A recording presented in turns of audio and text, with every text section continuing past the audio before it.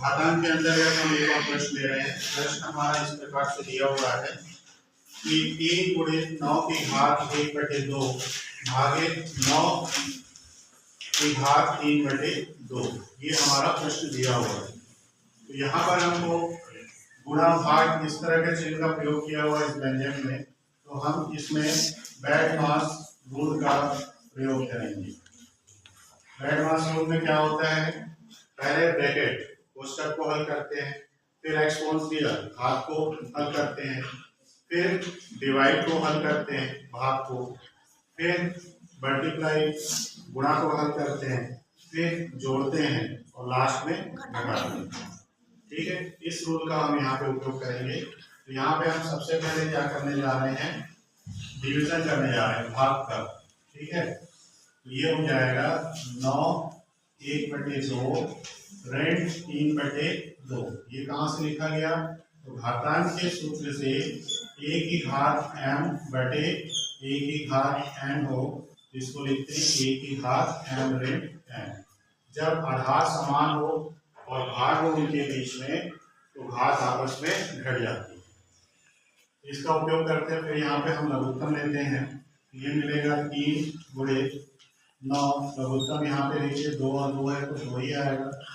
इस 2 में इस 2 का भाग देंगे तो 1 आएगा, 1 का गुणा इस 1 से होगा तो यहाँ पे 1 आएगा। फिर ऋण चिन्ह है तो ऋण लगाओ, फिर इस 2 में इस 2 का भाग देंगे तो 1 आएगा, 1 का गुणा अंश से करेंगे, अंश में 3 है तो 3 आएगा। तो यहाँ पे हमको मिल जाएगा 3 गुणे 9 की घात ऋण 2/2। 2 और 2 कट जाएगा तो मिल जाएगा 3 गुणे 9 की घात ऋण 1। अब घातांक में हम जानते हैं कि किसी भी संख्या का अगर ऋणात्मक घात होता है तो उसको हम लिखते हैं 1/,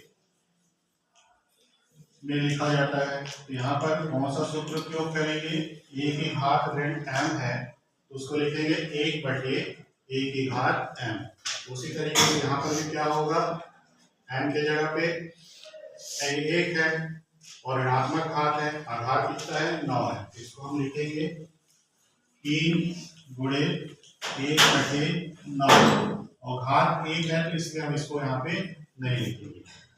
अब यहाँ पे देखिए 9 का गुणनखंड कर लीजिए, कितना आएगा 3 गुणे 3 आएगा। अब इसको आप डायरेक्ट भी काट सकते हैं या घातांक का नियम उपयोग करेंगे तो 1 इसमें से घात ऊपर चला जाएगा। हम यहाँ पे डायरेक्ट काट देते हैं, ज्यादा आसान। ये हो गया 1/3। ये हमारे दिए गए व्यंजक का हल होगा।